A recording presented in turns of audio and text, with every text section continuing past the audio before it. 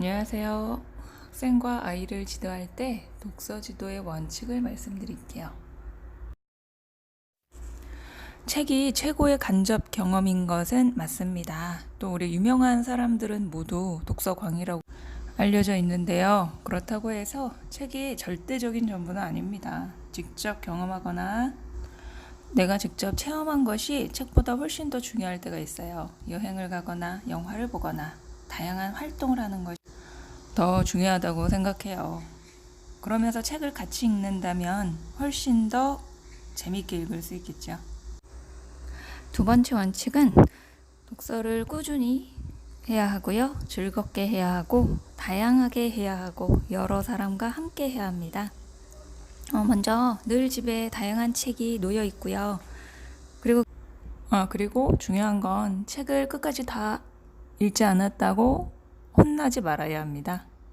그리고 규칙적으로 도서관과 서점에 가고 또 다양한 분야의 다양한 형식의 책을 접하고요. 또 중요한 건 같은 책을 다른 사람들과 함께 읽고 생각을 나눠야 합니다.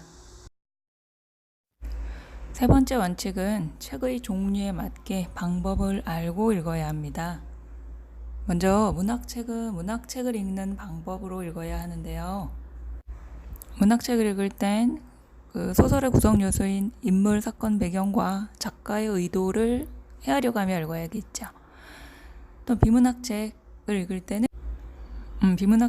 때는 이 책의 종류가 무엇인지, 글의 종류가 무엇인지, 설명문인지, 주장하는 글인지, 또는 기사문인지 글의 종류를 파악을 하면서 글의 구조를 파악하고 지식과 정보들의 관계를 알면서 읽어야 합니다.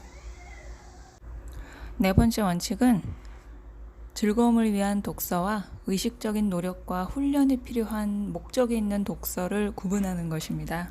내가 지금 이 책을 읽으면서 즐거움과 감동을 느끼고 편안하게 읽고 싶은지, 아니면 지식과 정보를 얻기 위해 독서를 하는 것인지, 또 날카롭게 비판을 하고 토론을 하고 싶어서 이 책을 읽는 것인지 명확하게 구분을 해야 합니다.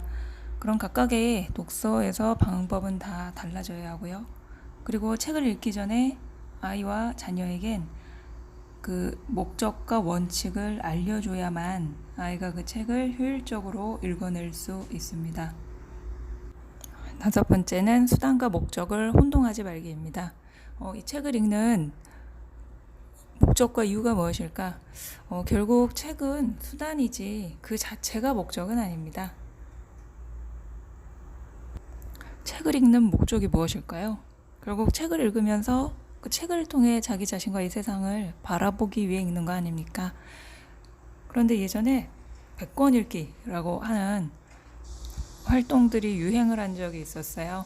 그래서 그 목록을 정해놓고 아이들이 그 책을 읽어내면 상품을 준다던가 하는 것이 있었는데, 그 자체의 활동이 나쁜 건 아니지만 책은 어디까지나 수단이지 책 읽는 것 자체가 목적은 아닙니다. 결국 책을 읽으면서 자신만의 생각, 그리고 세상을 바라보는 가치관이나 관점을 만들어 나가는 게 가장 중요하고요. 결론을 말씀드리면 책은 세상과 소통하기 위한 하나의 수단입니다. 책 읽기 그 자체가 목적이 될 수는 없습니다. 독서 지도의 목적은 능숙한 독자를 만들고, 그리고 이 능숙한 독자가 세상과 소통하게 만드는 것입니다. 따라서 댁에서 부모님들이 아이들에게 독서 지도를 하실 땐 책을 보지 마시고, 물론 책도 중요하지만 책을 읽는 아이에게 항상 집중하셨으면 좋겠습니다.